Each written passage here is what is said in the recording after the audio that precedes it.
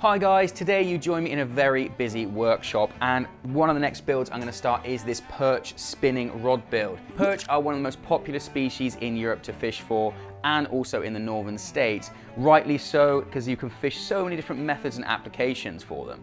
Today we're going to be building a spinning rod. We're going to go through the components from American Tackle that make a really good quality spinning rod. I'm just going to crack on with it, I'm going to get it built, and we'll just show you all the different stages and exactly what components I'm going to be doing. This is Rod Building, stay tuned, this is going to be a good one. I'm Gary Benny, English rod builder living in Sweden. I've been building rods for many years, and now you're going to join me in my workshop going through tips, tricks, techniques, tools of the trade, all the things you want to know when you're coming to build a rod.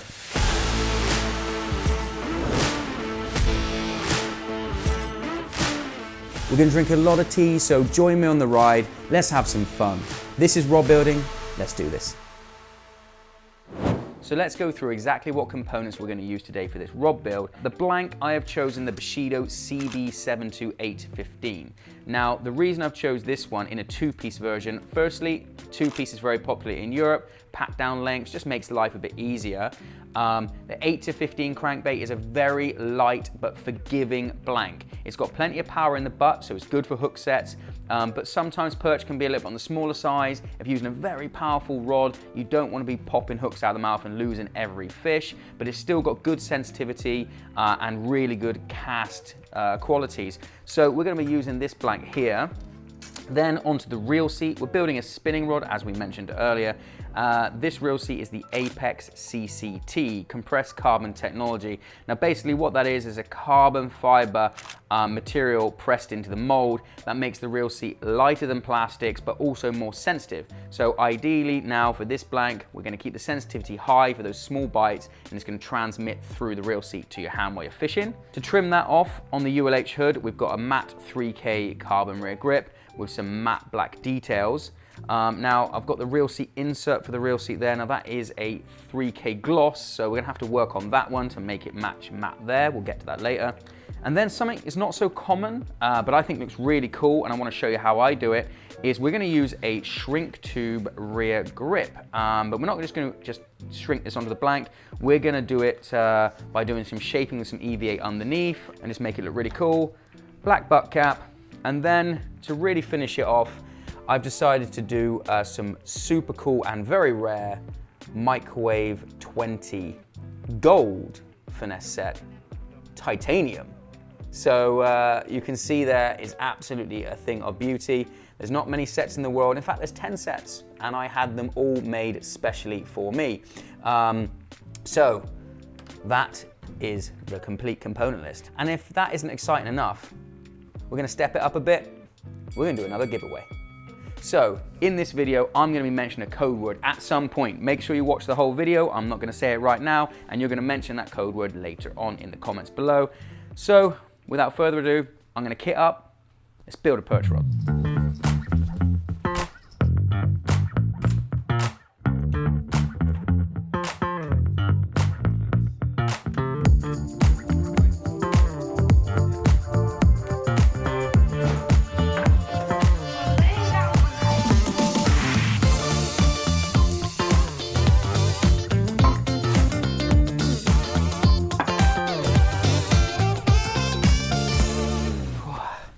Always safety first when using those nasty smelling chemicals. Just had to remove the old decal so we don't see it on the blank when we're finished.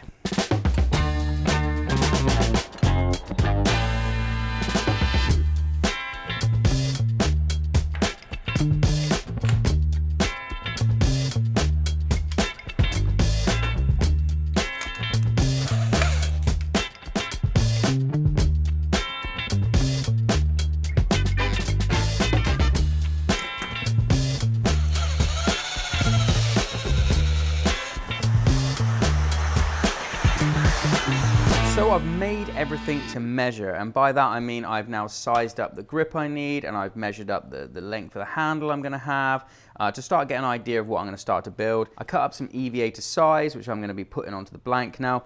I'm going to be sanding this down into shape. I want to get it really, really thin, and you can do this two ways. Glue it on the blank, put it on your power wrapper, and then sand it down.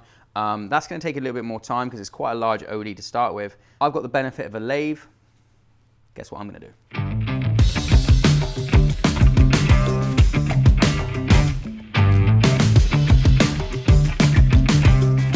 The grip's now made, sanded into shape, and I've gone for like a really nice, long, slow taper cone, and it will become apparent why I've done that when it goes to fit onto the blank. It's still pretty tight, but I've made it so I can squeeze it down into position. It's gonna be really tight. And the reason for that is I'm then gonna be putting the shrink tube up over the grip. And I wanna have a really nice, neat contour here. Now what we're gonna have to do is glue this one in position, and then we'll do a final little soft sand over the edge there, doing the power up. So now we've got it sanded down into shape, a nice, really slim cone there. And you don't have to worry about how it looks underneath because that shrink's gonna cover it over. This is very, very thin EVA, and I've just sort of feathered it down. It looks a little bit ratty, but trust me, it's super thin and it's gonna press down with the shrink, and you won't see any seam line. It's gonna almost be seamless. One thing to think about is, of course, when you put your shrink down, you wanna test fit it and just see if that's gonna come all the way over, because you want to try and use the thinnest shrink you can, and as you can see there, we've matched it almost perfectly. So now there's nothing more to do than to get this in position. We're going to cut the shrink to roughly the size we want of the grip and get it on there. So some top tips that I can give you when using a shrink tube is like this, is you want to always remember that it's going to shrink to 50% or maybe a little bit more. Some manufacturers say like 90% and stuff, which is crazy, but always think about 50%. So the way I would do it is I like to slide it onto the blank to where it's going to go. And then what I'll do is I'll just sort of pinch it and I'll see if it's roughly 50% left. And that is about 50%. But there's also another little trick we can do to make sure and get it even thinner. So we'll do that in a second. But firstly, what we do is we get our heat gun ready for the shrink tube. But I also like to make sure it's going to sit in position, and you're going to need a very, very thin amount of glue. Now, I'm going to use for this one, this is the longer set Pro Glues. I like this one because it's not going to like set quicker with the heat, because remember, you're going to heat it up very, very much. So you just need a really, really small amount of glue, like so. Mix it up. You don't want to use too much, it's just going to squeeze out when it all shrinks down. There's going to be basically no air at all in there. We're going to start off by just scooping up some of that glue. We've got the mark at the back here where we know the grip's going to go, and we're just going to rub a little bit of glue on the thinnest edge. Because remember, the shrink is going to grip down onto the blank. I know some people will sand the blank and rough the blank up, but personally I don't think that makes a difference. If it's not going to grip it when it shrinks down tight, it's not going to grip at all. So a little bit of this glue there is just sort of going to ensure it's going to stay where we put it. So we get the grip and we push in the shrink now down and just hold it open and just try not to scoop any of that glue up, like so, over the EVA cone. And then we want to just have a little lip at the back there, and we want to try and remember we want to fold this shrink over so it's going to be a nice and neat join. So we're going to go about there. And you can see my mark just under the back there. Now that is actually going to be pulled down when I start to shrink it. So let's move these out of the way. And now we'll get our heat gun going, very careful because it's very hot. And start with shrinking just over the end of the butt.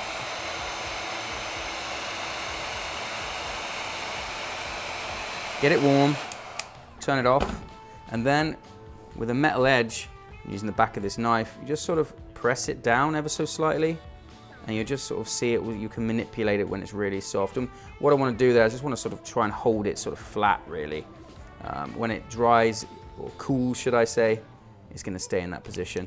You can see all the dust there is just, it's going to come away, so that'll clean off. And just sort of push it flat, just like so.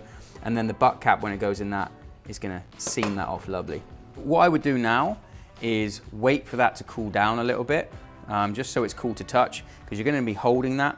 Now, one thing I was saying earlier about if you think your shrink is possibly a little bit too fat, this is a tip that's going to really help you. Now, if you're using X-Flock shrink where it's got a pattern, you do have to remember to try and keep the pattern straight. If you're not bothered about that, then don't worry. With non-pattern shrink, you don't have to think about this, what I'm going to mention, but when you're going to be, you can pull the shrink ever so slightly and stretch it when you're heating it, which means you can reduce the diameter of the shrink even more. So you can actually get it down even tighter onto blanks, which means you can form it over different things. You can put maybe some cord underneath here to give it some kind of structure. You know, it's really cool to play with this stuff. Okay, so now we're cool. I'm gonna start shrinking it down. All I'm gonna do is pull, just tease the shrink with my thumb and finger as I rotate it and shrink it down. And you'll see every time I pull on it, I can just tease that down. You don't want to pull it too much. Let the shrink to this best it can. But just give it a little tease and that will just make sure it's very thin. Every now and again, just stop. Check for your crosses. You can just move it a little bit if you need. Make sure they're all lined up. If you wanted, you could take a ruler and just sort of lay it there just to eye, just make sure it's right. Just going to move them like so, and then continue. When you get up towards your fingers, go very careful. You can move them back a bit. And there we have it. And before it's going to cool down, again, I just want to make sure the crosses are in line. So just get a ruler, straight edge, and just rub it down and just sort of make sure it goes into position. You can just tease it a little bit if you need to. And obviously the glue is then going to set, and that's really straight now. And then we can check our length of our grip, trim it a little bit because we're going to need to. And then it's the real seat. Perfect. The grip's now cooling, so we've got a few minutes before we can work with that again. I'm going to put that to one side and I'm going to start looking at some of the other components. Now, the next thing to be fitting will be the real seat. This real seat here, you can see I've got the up locking hood on it, and that's a little bit long in the seat body there, so I'm going to have to cut that down. The style I want is that when you're going to be able to open that up, the shrink tube that we're doing is going to be sat in the back there, so it'll be kind of hidden. So I'm going to have to cut the seat down to size. The other thing we have to do is we want to match this real seat insert. This is a 3K gloss and I want to use a 3K matte. So I'm going to have to take the clear coat off of that one. It's a really easy job to do. All we have to do is take some really, really light sandpaper and just clean off that clear coat. I'm going to do that really quickly now.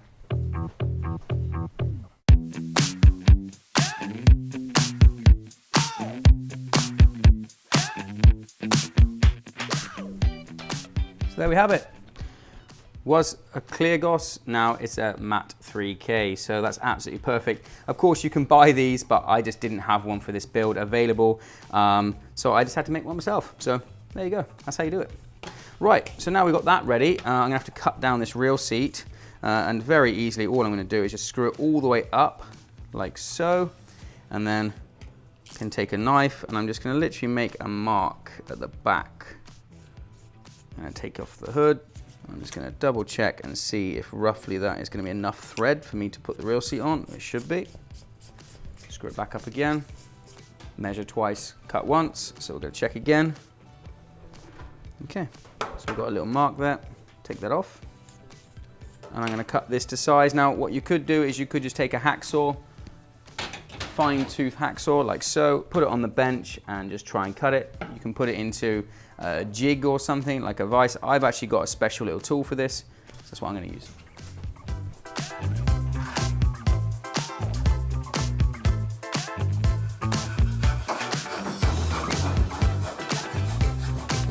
There we go, cut to size, perfect clean cut, and that scrap in the bin. Now you just want to sort of rub your finger with these CCTs. You can just sort of flick your finger over the back there and just remove any burr. And if you have it on the inside, just get your blade and just very gently just sort of rub a sharp blade around the inside of the pipe, and that will just sort of clean off any burr you've got there. And you can flick off the ref, that's absolutely perfect. Then we're going to fit the hood and just check.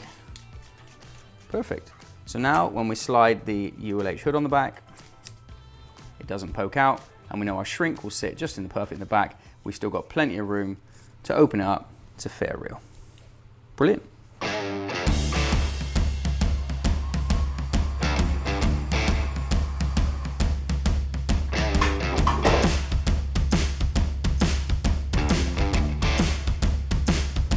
Right, we're cracking on. Now we've got our real seat sized up. We have got the rear shrink all sized up and looking really, really fresh. I just removed a little bit of excess there that was a little bit too long. And just to show you can see there's a tiny bit of glue on the blank there where it was underneath the shrink. That's not going to matter, of course, because I know that that's going to be covered up by the real seat. Now what we're going to do is we're going to dry fit everything and get it to size. I'm going to have to glue this ULH on the back. So let's go.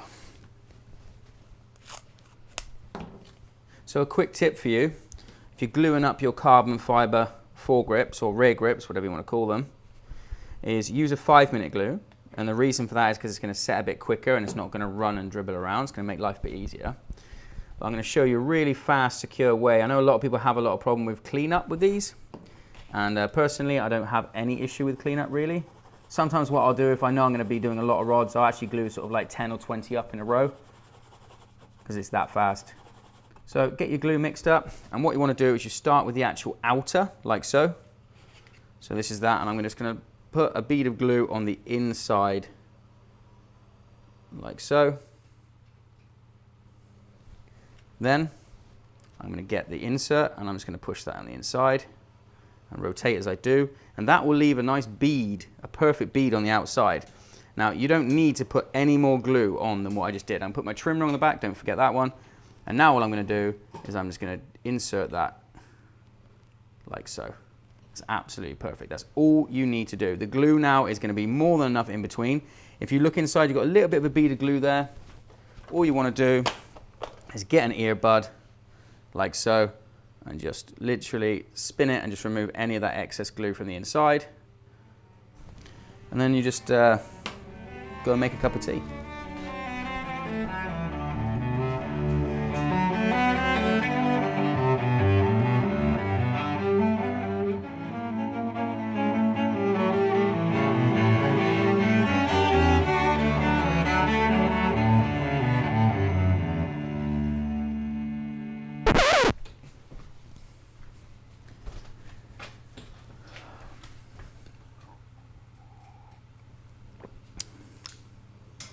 Guess we should keep building the rod.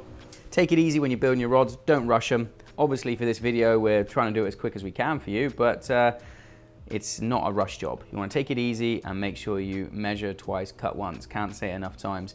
But just before we crack on, I think I'm going to say a code word for you. Wave Army. Mention in the comments below Wave Army and we will choose one lucky winner to receive this rod at the end of the video. We will be shipped worldwide so everyone can participate.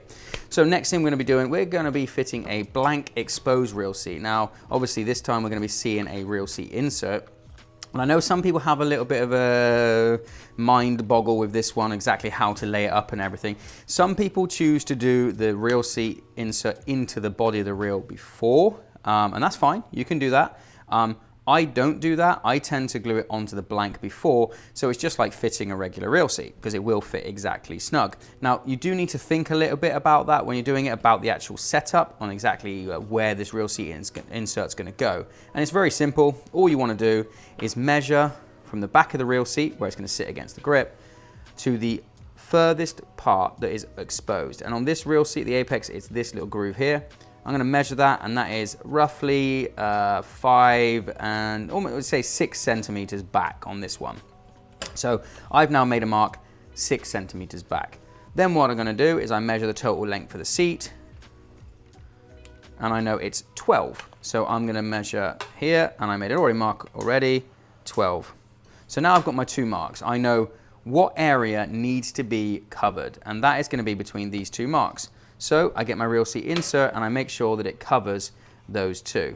Now there's one other last thing I need to consider, and that is I'm going to be putting in a winding check on the front of here, which has got a very small arbor of 3 millimeters. So I need to come back 3 millimeters on the front there, and that's no problem because I've still got at least 2 centimeters with non-exposed at the front. So that's where I'm going to start taping up and make an arbor and get it ready. So make sure you get your winding check, your trim rings, whatever you want to call it, up to the back there. Now that's going to be hidden by the ULH, so you could choose not to use one if you wanted, but I just think it trims it off a little bit nicer. That there's going to sit in position really nicely, and then we're going to put our arbors on and everything, size it all up. We've got our marks here where it's all going to line. Let's go for it.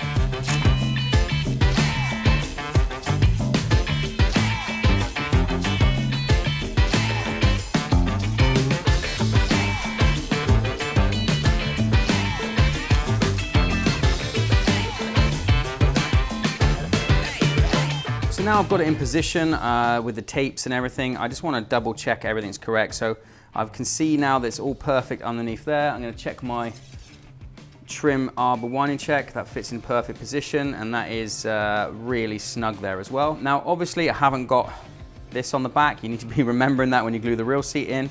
Now when you're gluing it like this with these ULH down this way, a tip is not to put it on the real seat. It is just to actually pop it down all the way to the grip, and you can just use a bit of tape and just secure it in position down the back there. Just keep it out of the way. And then you always know that it's going to be there when you need to screw it back up. So let's move out some of this tape out of the way, get the glue out, and put the real seat on.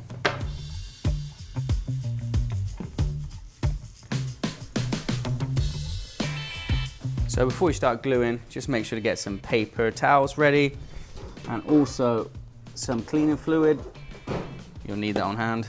It's a very simple case of first we're going to glue on this real seat insert. I'm going to get the glue, put it around our arbors we've made, make sure to fill it in. And most of the glue you want to really focus around the arbors. That's the place it's really going to matter. Make sure you get it up around all the edges, like so, and a little bit on the front there. So even with this 5 minute, I see people rushing. You don't need to, you've got a decent amount of time. 5 minutes. So when you got it there, very simply holding it vertically is to bring it down. And if you just rotate as you go, like glue will just move around the arbors like that. Just keep rotating it. If you've got a gap, just keep rotating. And before we push it up all the way, you can take a little bit of paper, wipe around like so, and then we're just gonna butt it up. Perfect. Now we're ready for the real seat when it's dried. So when you've got a really nice snug fit on your real seat and the real seat insert has then been glued on, it's just a simple case of gluing on a real seat like you would any other blank that's going to fit nice and snug. You can see it's a really nice fit there. It's a nice firm push, and at the back we've got another arbor. Really, really nice. And as long as we make sure that it's, you know, on the butt sections, if you want to be trying to find a spine for a butt section, be my guest. A lot of the time you're not really going to find it on the butt, more on the tip. On lighter action rods, of course, you still can find it. This rod here, I already know I've got it marked up, but I've got my crosses at the top. So I've already sort of like found roughly where I feel the strongest side is. So I'm just going to mark it down like so, get a pencil, and where my crosses are, I'm going to make a line. So I know that when I move the seat down with the glue, I'm just going to push it so that's at the top. Perfect.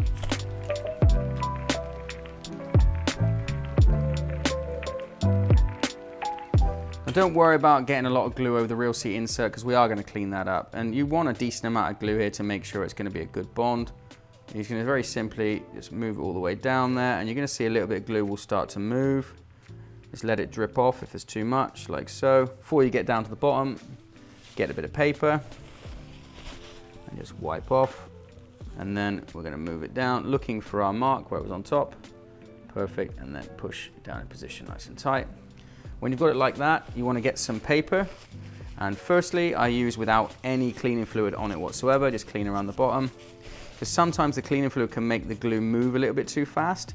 So I go with a dry paper towel first, and I just rub it off as much as I can get all the excess residue.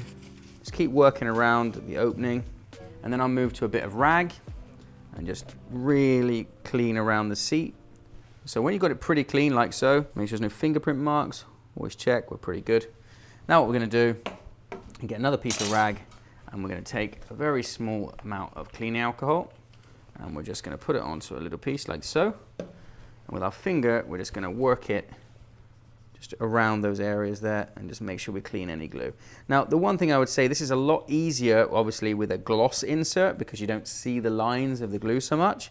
But also, you need a snug insert. If it's a tight fit, it's going to be much easier. If you've got a gap for the glue to keep running out of, it's going to be a problem. So just bear that in mind. Always make sure you've got a really nice, snug fitting real seat insert, or directly onto the blank. So we now push our wind check in position, and the reason we do that now is because I put a little bit of glue on the top of the top arbor, so I know there's a little bit of glue already in there. If you weren't going to push that in there already and it's going to dry, you're going to have a problem to push it all the way in tight. So always remember that. And now it's pretty much done. That 5-minute glue, if I just feel it now, I can feel it getting really hot inside, so that means the glue is activating nicely.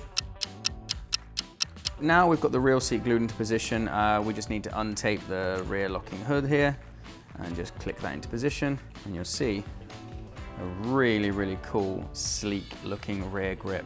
Really low key, slow little flare at the back there. And of course you could do that bigger if you wanted, you could do it larger. You could even, I've seen people putting like string underneath it and making sort of contours and things. So really you can play around with this, different colors. It's really cool. One thing to remember is that you have to put your front winding check in early on, especially if you're using an arbor check like this one.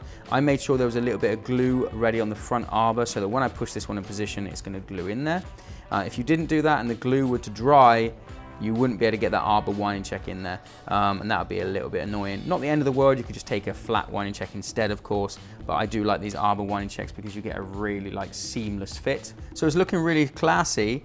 I guess the next step we need to do is get some guide spacing laid out on this now with these microwave titaniums, and then we can start wrapping it up, and we're nearly finished. So we're going to mark up some guides now. Of course, every rod, different length, different action, different power, and microwave guides do have some specific guide placement markings. Now, it's very convenient on the back of the guide sets. That makes it really easy. And also on the inside of the packet, they also give you some different models and lengths of common rods that you can actually use for all your other guides. So it makes it really easy with these guide sets. If, like me, you've built a lot of rods, you will have one of these, which is a guide spacing folder. And in here, I like to save all of the guide spacing I've done over the years for different rod models. And in here, I am 100% sure I have this one written down. So I'm just gonna find it, and I'm gonna mark it up.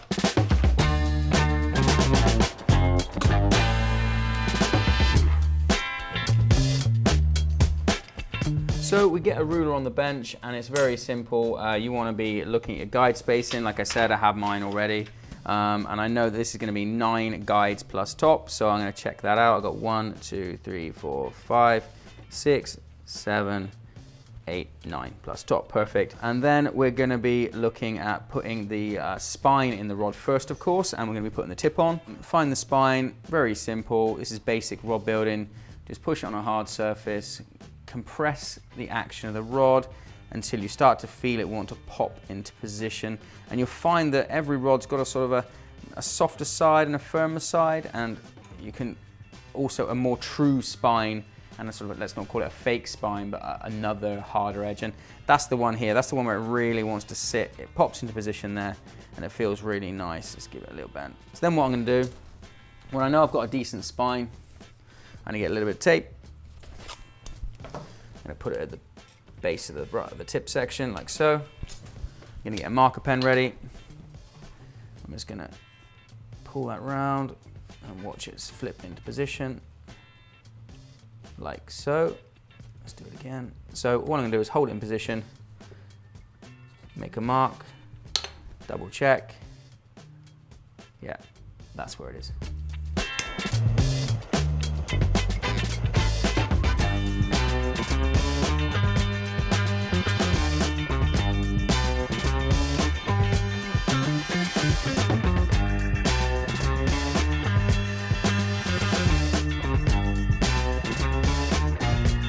So next up is very simple. All you want to do when you've got your tip top on is you want to get your ruler next to the section of the blank, and all you can do is get your China marker and just go down and mark on the blank to the specifications that you've got on your sheet.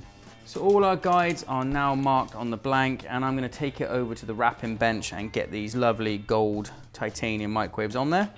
Not really sure about what colors to use. I'll decide in a minute. You'll see when I start wrapping it up. Need the guides.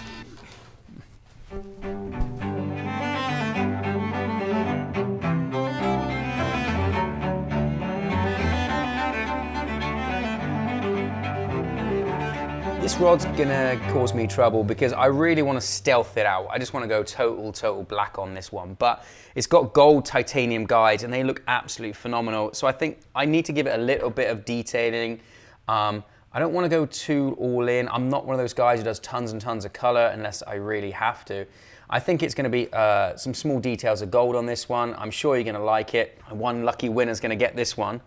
One thing I want to do quickly and show you is when you've got a shrink grip like this, it's very easy to mark it up and make damage. And sometimes what I just tend to do when I'm building the rods is I will just literally get some shrink wrap. It's just like cling film you can get, and I just wrap it around the handle like so. And that just means that, you know, if I'm going around the workshop moving it or anything, and you know what can happen, it just keeps it clean until the very end when I'm going to put the butt cap in. You could even do it over the real seat too if you want, but normally on like shrink tube and EVA, I like to keep them sort of from getting damaged and stuff. Also, if you're going to be putting it on your power wrapper, depending on how you need to support it, sometimes you need to support on shorter rods sort of on the grip. Now if you're going to rub the shrink on your rollers, sometimes it can make like lines or sort of like leave something on there. It's hard to get off, so I recommend you just put some tape over the shrink as well, and that's just going to be sort of double protective. And obviously when you wrap, sometimes the rod will move up and down, so just make a decent amount just like that. It's just a little tip that will stop you damaging anything. So on this one, I think what I'm going to do is I'm going to wrap a small amount in front of the front winding check. I'm going to leave a gap then for a logo. Then I'm going to put the hook keeper. Although sometimes I would say that I do like to put the hook keeper first and then the logo. And the reason for that is because if you're going to hang your baits there, sometimes when you're traveling and the rods are maybe stood up, like in Europe, sometimes they're not putting the rods on the decks of the boat, they're actually standing them up. And when they're driving, the baits will kind of like clatter against the blank, or the hooks will sort of scratch the blanks. I just think that sometimes having a little bit of extra epoxy above the hook keeper can be quite beneficial. Especially on pike rods and stuff, I do like to have a decent amount in front. I just help it sort of protects the carbon a little bit. But on this rod, I just want that look. It's going to be very clean, so that's what we're going to go with.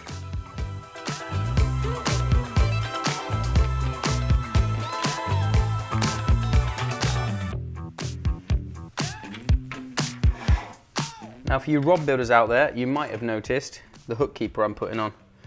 That is the HKD Gold S2, and yes, I had to choose one of those to match the guides. And they're not readily available, they are custom order, I believe. So yeah, I've got a few of those hanging around. They're pretty nice actually. So if you ever need any of these gold ones, you need to ring American Tackle and ask if they can make them specially for you. And sometimes they will.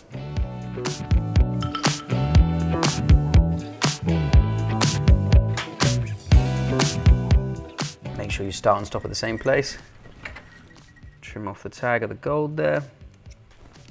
And then we're going to continue with black to the very end of the whipping. So basically that's going to be in the middle, which a lot of people don't normally do. They'll normally do this kind of decorative wrap at like the ends and stuff, but sometimes it looks quite nice in the middle of the wrap. Look how smart that looks. Pretty cool. So now I want to leave a 1.5 centimeter gap for the decal I'm going to be putting in. So that's pretty much perfect to where I lined it up. And basically we're going to do the same again. But this time it's going to be more tricky because this wrap is going to end up going over the bottom of the guide foot. So that's never the easiest one.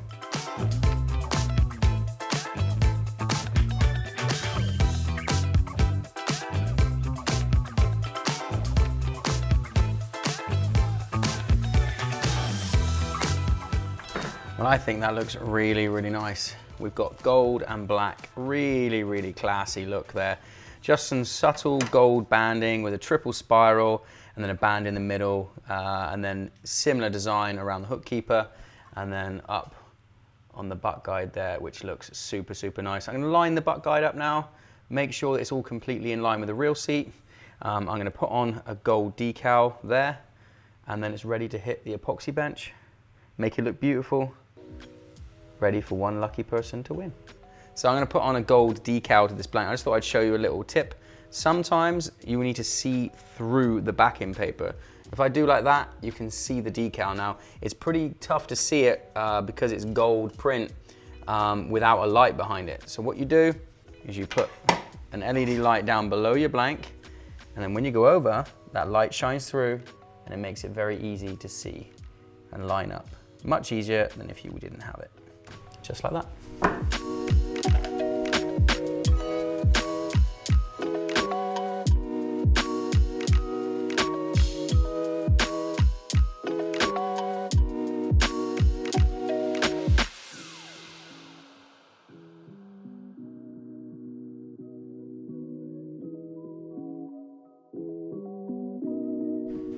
And there we have it, one finished two-piece perch rod. The CB72 makes an absolutely fantastic perch rod. I'm liking the weight on this one. Of course, that is really helped with those titanium microwave guides, and you're gonna get that performance casting. Don't forget, these are the gold titaniums, and there's only 10 sets available, so this is a pretty special rod. Also, you've got that sort of contrast with the gold and black and the gloss and the matte, and that kind of really helps keeping that less is more feel that I really like with the rod builds. We've got the matte blank, then we've got the matte 3K carbon, but also we've got the gloss coming from the CCT Real Seat, and that's gonna help transmit those bites to your hand, but also with our really clean finish.